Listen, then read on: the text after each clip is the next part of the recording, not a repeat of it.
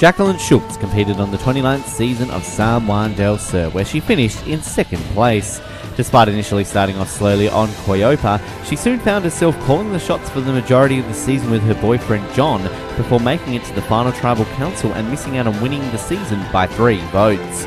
I spoke to Jaclyn about the whirlwind adventure she's been on since the season wrapped, whether or not her fighting with John was strategy to get her way in the game, as well as just why she trusted Natalie after she had taken out John, and whether or not she thought she had a chance of winning the game heading into the final tribal council. Jaclyn, welcome to Survivor Oz. Hello, thanks for having me. It's a pleasure to have you here. I should say welcome back, of course. We did speak to you during the season in an exit interview capacity, but here now for a full-length interview, given it's sort of all settled down now. We're into a new year and it's all finished with. Has it all gone back to normal now, Jaclyn? Life's back to how it was before you went on Survivor? Yep, pretty much. We're all settled back in Michigan and eating healthy, so it's good.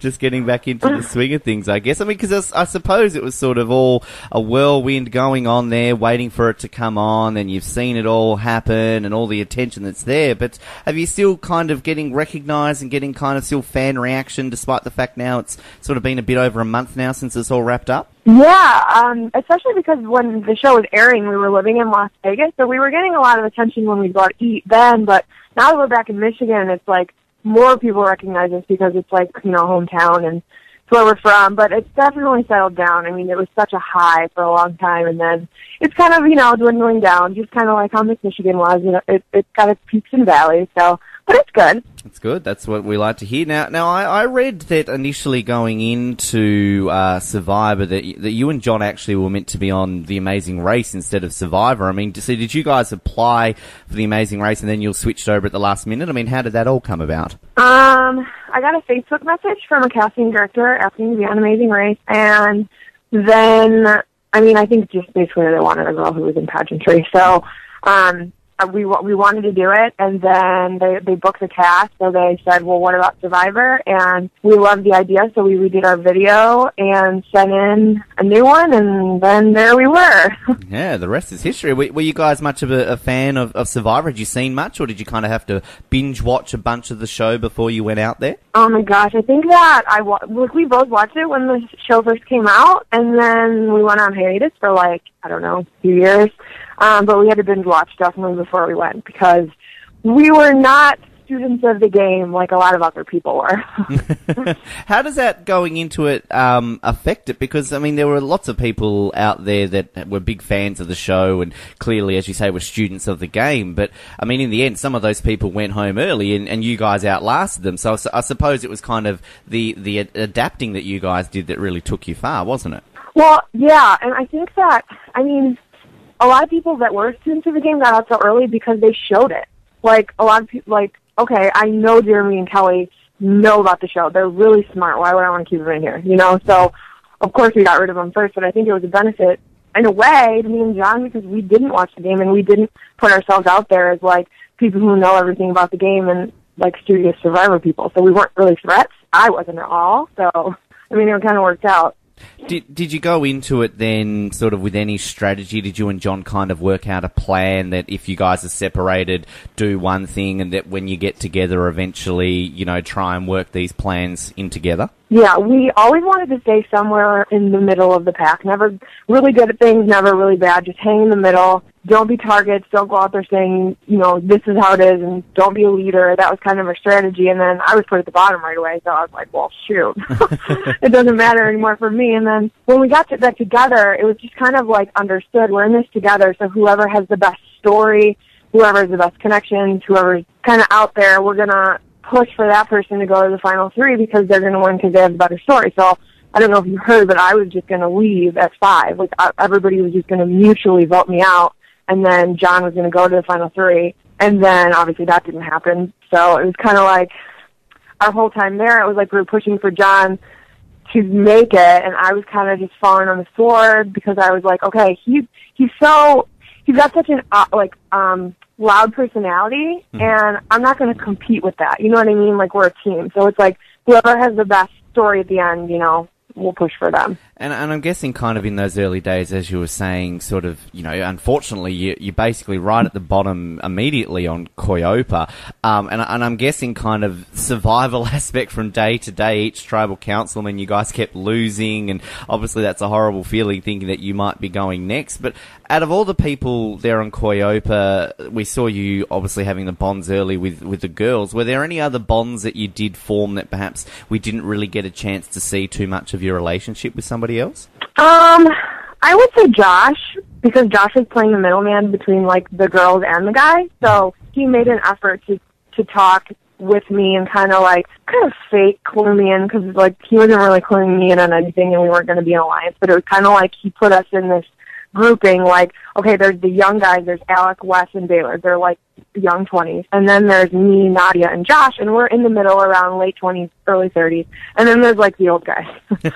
So he kind of made me feel like, we were kind of together in that sense. So that's where kind of I think that my relationship with Josh and Reed came from, like, kind of from day one. Yeah, it's kind of interesting then, I suppose, that Nadia goes home first, and when we obviously saw that with sort of Dale's perception of her from the Amazing Race. Were you familiar with Nadia and Natalie going into it, given that you guys nearly were on the Amazing Race? I mean, did you kind of see any of the Amazing Race going into it, and were you familiar with who they were?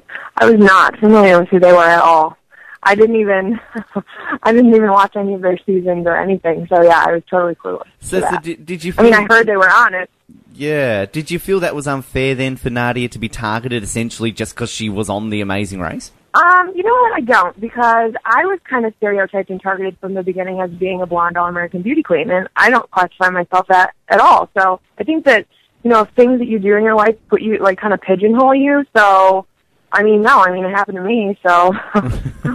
And you obviously beat the odds there. I mean, moving forward with it, when obviously eventually Hinapu threw that challenge and Drew went home after the Rocker vote, do you feel had Coyopa lost that challenge, were you in trouble that night, or do you feel you'd worked into a spot there where you could have survived another one before the switch? That's a good question. Who went home before that? That was Rocker. Rocker went home, yeah. Right? Yeah. Yeah, and then it would have been... I don't know. That's a good question. I mean, maybe it would have been me. We're glad it didn't happen, of course. I mean, we would have been robbed of a pretty good season if you had gone at that point, Jaclyn. No, thanks. I think actually maybe, no, I don't know. Good question. It's always interesting to think of that. But the switch comes, and of course you're mentioning there with John, I mean, you guys getting together there, and then the first time we see you smack bang in the middle, what was it like at that point when you got that opportunity to just sit down with John and kind of just catch up on things, tell them what was happening at Coyopa and all that sort of stuff? And, were there kind of straight away thoughts of which pairings you would side with, that eventually you would side with Baylor and Missy?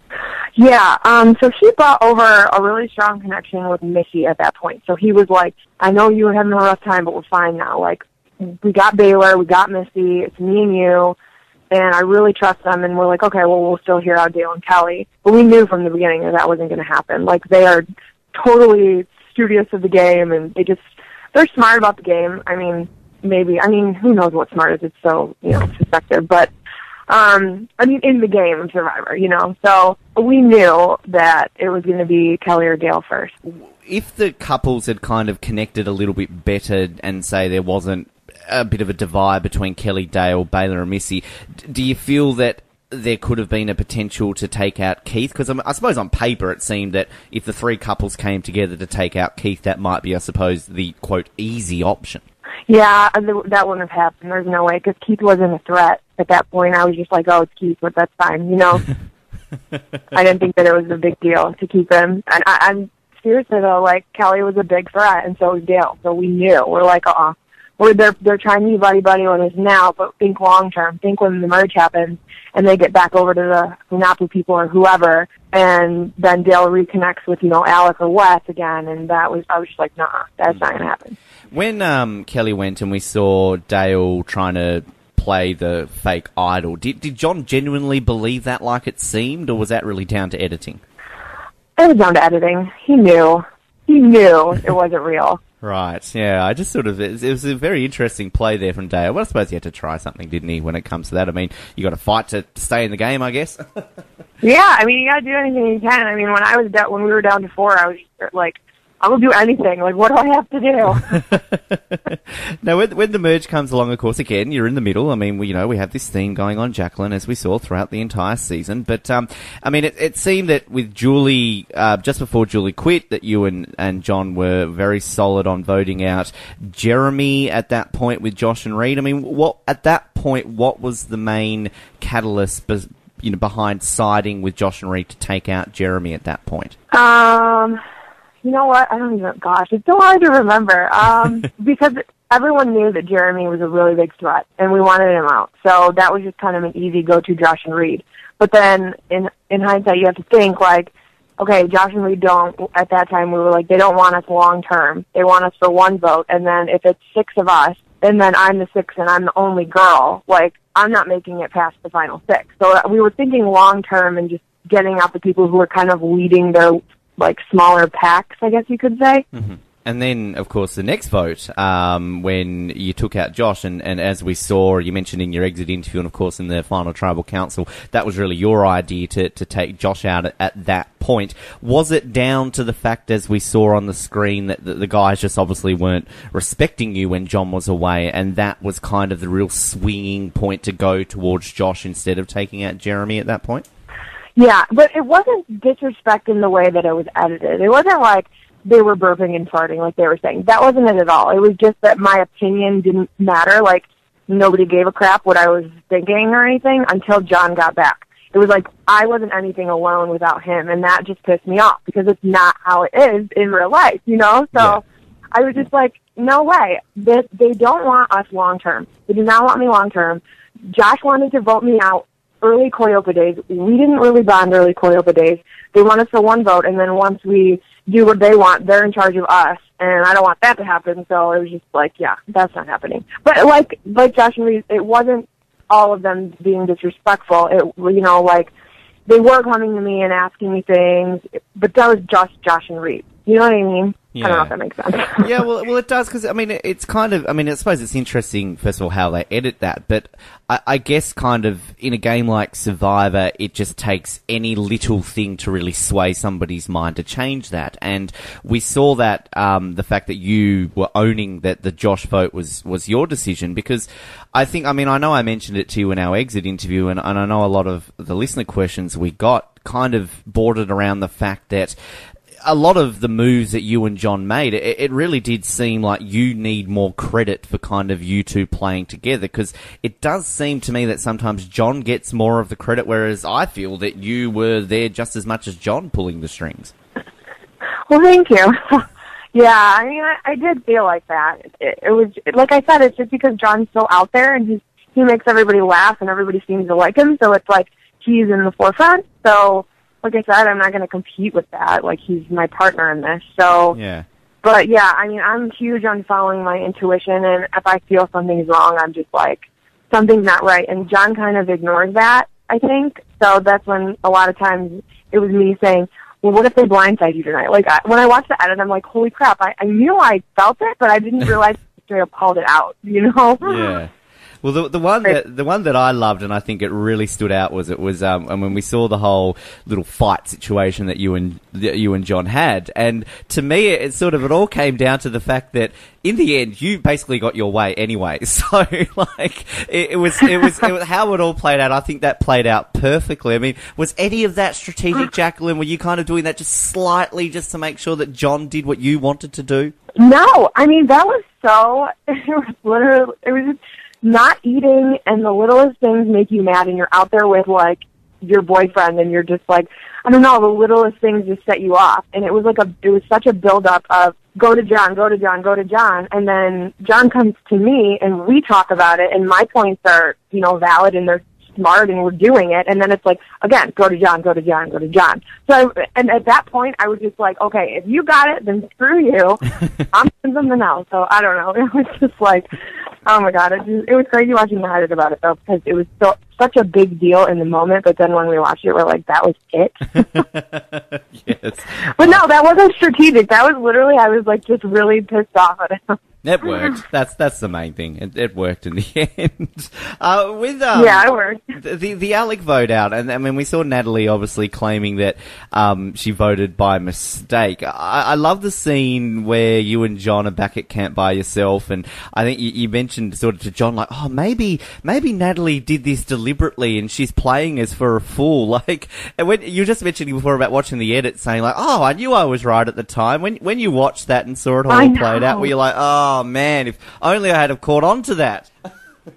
I know. I'm just, and then I'm like, do you think Alec voted for himself? Because earlier that day, no, seriously, listen, earlier that day, he was so just like down. He was like, I'm out. I don't even care. I feel like a floundering fish. There's nothing I can do right now. I'm next. And so I was like, well, maybe he kind of like quit. Maybe he doesn't want to be in anymore. So I don't know. Because I literally trusted Natalie like so much. I was just like, oh, all right. But yeah, then I questioned it because I question everything. It's just that one scene. It's like, wow. I mean, we saw that. The thing that was amazing, of course, is when John's taken out, you blow up against Natalie, and then like 2 days later, you're working with her again to obviously help take out Baylor. Was there a moment there where kind of Natalie got you back on side, and kind of in that moment when you're going off at Natalie, I'm guessing you weren't thinking at that point that you'd be working with her in a couple of days. No, I mean, they didn't show a lot, but, like, she was saying really horrible things about John's character, and I don't think there would have been no point to do that strategically. I mean, I'm at the bottom already, like, kick a dog when they're down kind of thing. So it's like saying all these things, like he's fake, that he prays before every challenge, and I'm like, okay, you didn't know him in college, he prayed for a football game. Like, you don't do that. Yeah. And I'm already at the bottom anyway, so what are you trying to do, you know? So, yeah, that was crazy, and I was like, I'm at the bottom. I don't give a shit about voting out who vote me out, but you're not going to, talk crap about the love of my life. So that was more that. And then, so she apologized, actually, like a few times. They didn't show that, and we kind of made up, and I totally forgot about it, because I'm just like, okay, now I have to play the game, and I'm here by myself, and this is happening. I don't have that much time to redeem myself, so, yeah, she apologized, and we kind of made up, and then so many people are like, why didn't you vote her out, like, that night to get revenge for John? And I'm like, oh, like, I couldn't do it, because I wouldn't have even been there if she didn't play that idol for me. Well, the fascinating one, the one that I think more so than that one was obviously, I'm guessing a lot of people asked you the same question at the Final Four, because we saw you having those discussions like, hey, why don't we take out Natalie here at the Final Four, before we get to the end. Was there a real push to take out Natalie, or did it kind of come down to the fact that you thought you had a better chance of beating Natalie than, say, Keith at the end? Honestly, I didn't think I was going to win no matter what way I went. Truthfully, but I feel that Keith would have won hands down, and then they even showed it in the finale, like everyone would have voted for Keith. So if I would have taken out Natalie, Keith would have won. But no, it was literally like right before Tribal Council, I looked at Misty, because I tried to like pull myself out of everything and be like, and put myself against all those three people in Tribal, and I'm like, Natalie's the biggest threat, like hands down. And then I was just like, oh, whatever, it's too late. And I didn't think I was going to win anyway, so it was just like a whatever. Is it better at that point then to lose to Natalie than to Keith? In hindsight, I don't know. We don't want to be mean to Keith, of course. I didn't mean to call out Keith there, but... Yeah, that's kind of like, who would you have rather won? I don't know. Yeah. I love Keith, so I don't know. Yeah. Oh, well. It's all water under the bridge. It's all how it all played out. Were you surprised or kind of, the reaction that you got from the jury? Because, in that final Tribal Council, the questions that you got, you gave a great performance there. But, at the end of the day, when it came to it, were you surprised that you didn't get anybody's votes? Were there people's votes that you were expecting maybe you would have gotten that you didn't get? No, no. Like I said, I knew I wasn't going to win.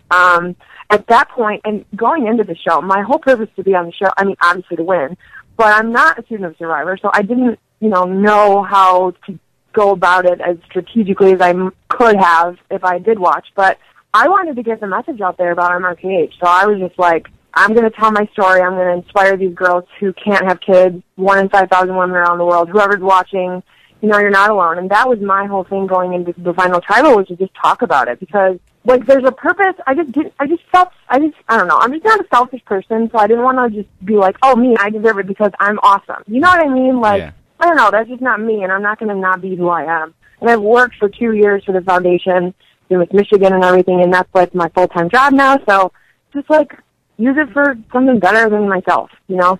And airtime. And how has that all worked out? I mean, I've been sort of following you guys on social media, and I've seen that you've still been out there, you know, campaigning and sort of spreading the message out there for MRKH. But I'm guessing that through Survivor, I mean, it's obviously helped, you know, spreading that message out there a bit more. Yeah, oh my gosh, it's been amazing. I don't know. It's just been a whirlwind. Like, I'm speaking at so many new hospitals and universities here. And just like, organizations want John and I to speak, and the foundation's actually bringing John in to speaking at U of M and Boston Children's Hospital because they want the male's perspective, which I think is really important. So it's growing a lot, and now I kind of have the time to work on raising money for the foundation because, like I said, it's 1 in 5,000 women have it, and there's no foundation anywhere in the U.S. besides us. We're, like, the only registered nonprofit with the government, and I don't know, I just think that there's such a need for it. So the exposure with Survivor has just been, like, everything. That's why I'm not bitter about how it ended. I love how it ended, you know, because it helps me do what I want to do in real life now. Well, I feel like you should give it a plug. Tell our listeners, can people check out the foundation? Can people donate to the foundation listening to this today? Oh, yeah, it's beautifulyoumrkh.org.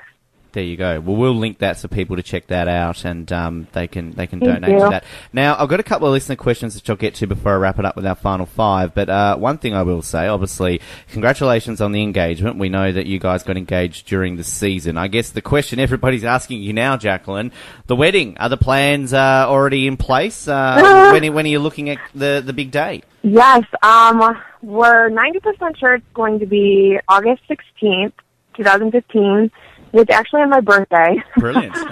Downtown Detroit in Michigan, and John's like, oh, this is the best birthday present you will ever get, marrying me. I'm like, oh my God, shut up. Oh, that's perfect. That's perfect. Well, that's a good. I don't hear many people getting married on their birthday, so there you go. That's at least John will never forget the anniversary. At least you could say that. Right, right. I'm giving him an easy pass for the rest of his life. Yes. Like, if he forgets both your birthday and your anniversary, then he's screwed. Like, right. Oh my gosh, yeah. He's like, you're not going to get double presents though. That's the one downside. Whatever. Now, I got a few listed questions, as I said, and I'll wrap it up with our final five. Now, a couple here have been answered already. This one here, Matthew Schmaltz says, Jaclyn, how do you think your game would have been different if Val had have made it further? Ooh, interesting. I trusted Val a lot. I had a really good vibe from her. We talk now. I think that her, Jeremy, John, and myself would have formed an alliance. I don't know how far I would have went, but me and Val were really tight in the beginning. I liked her a lot. So I think we would have been strong going through, me, her, and Nadia. And that would have been cool, but, you know, things happen. It would have been good, actually. Val was, she was my pre-season prediction to win, actually, and I know a lot of people thought she was going to win, so it was a big shock, actually, that she went out second, but, thanks, Matthew, for that one. Now, Peter's asked a few questions here. He first of all says, hi there, Jaclyn. I really got to like you and actually root for you as the game progressed. You were partly responsible for booting my girl, Kelly, and I thought I'd never forgive you, but then the sass, if you forgive the term, you showed later in the game really changed my perspective on you, our Miss Michigan. On to my questions. There's a few here. I'm going to ask this one. Since playing the game, have you been converted as a fan yourself, and would you play again if asked? Well, thank you for saying that I was your new favorite. That's awesome. I'm definitely a fan now. I mean, I can't wait to watch the next season. I would play again. Yep. I don't think I would play with John again, though. We both say it. Well, I mean, I would, but I think it would be interesting to do it myself now. Yeah. So yeah, definitely. And I think I love the game now. It's seriously genius. So yeah, I love it. There you go. I could see that happening. Thanks, Peter. And the last one I'll ask you before I get into our final five.